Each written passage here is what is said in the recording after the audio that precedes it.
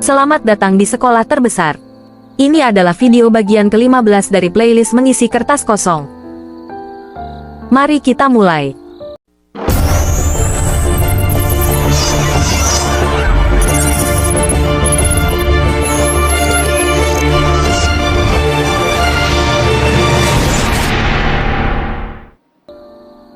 Pernah gak sih kamu ngerasa hidup lagi capek-capeknya?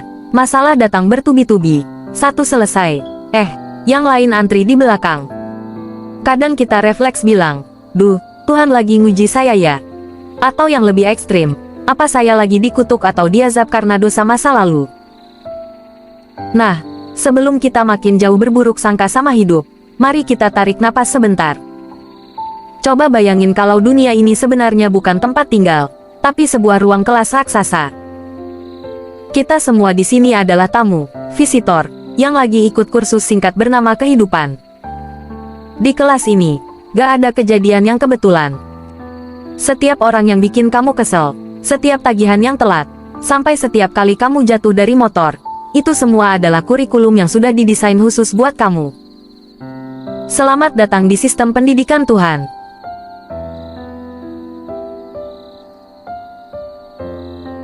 Tuhan itu maha demokratis.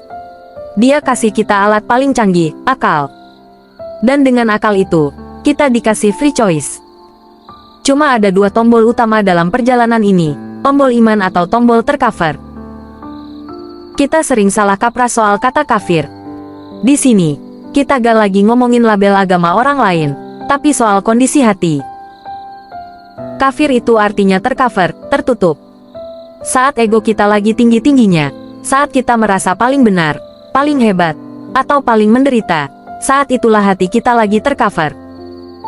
Kita gak bisa lihat cahaya Tuhan karena kita sibuk ngeliatin diri sendiri. Sebaliknya, beriman itu adalah kesadaran untuk pulang. Jadi, setiap hari, setiap jam, kita sebenarnya lagi milih, mau mendekat ke arah cahaya, atau mau nutup diri dengan ego. Bab 2, membedah ujian versus azab, bukan soal rasa, tapi soal niat. Nah, ini poin yang paling sering bikin kita bingung. Apa bedanya ujian dan azab? Secara fisik, kejadiannya bisa sama persis. Misalnya, ada orang jatuh dari motor. Kalau dia jatuh pas lagi jalan mau sedekah atau mau kerja halal, itu namanya ujian. Fungsinya apa? Buat ngetes mental. Seakan Tuhan bilang, kamu kalau dikasih sakit dikit, masih mau lanjut berbuat baik nggak? Ujian itu cara Tuhan buat upgrade level kesadaran kita. Kayak anak SD yang mau naik ke SMP, harus ada ujiannya dulu.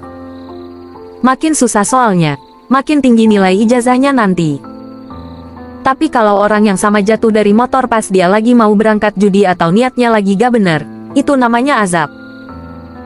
Tapi jangan bayangin Tuhan itu kejam ya. Azab di sini sebenarnya adalah bentuk rem darurat. Tuhan cuma mau bilang, berhenti, jangan dilanjutin langkah jelekmu itu. Azab itu sebenarnya adalah tanda cinta, alarm supaya kita segera taubat atau kembali ke jalur yang benar. Jadi, kalau hari ini kamu ngerasa atau ngalami sesuatu yang gak enak, jangan nanya kenapa saya. Tapi tanya, niat saya lagi ke arah mana? Bab 3, cobaan itu namanya fitnah, dan dia ada di ruang tamumu. Banyak dari kita yang nyari guru spiritual sampai ke gunung-gunung atau ke luar negeri. Padahal, Tuhan sudah naruh guru besar itu tepat di depan matamu. Pasangan hidup dan anak-anakmu. Dalam bahasa aslinya, cobaan itu disebut fitnah. Dan uniknya, Tuhan bilang harta, pasangan, dan anak itu adalah fitnah. Kenapa? Karena mereka adalah orang-orang yang paling tahu titik lemahmu.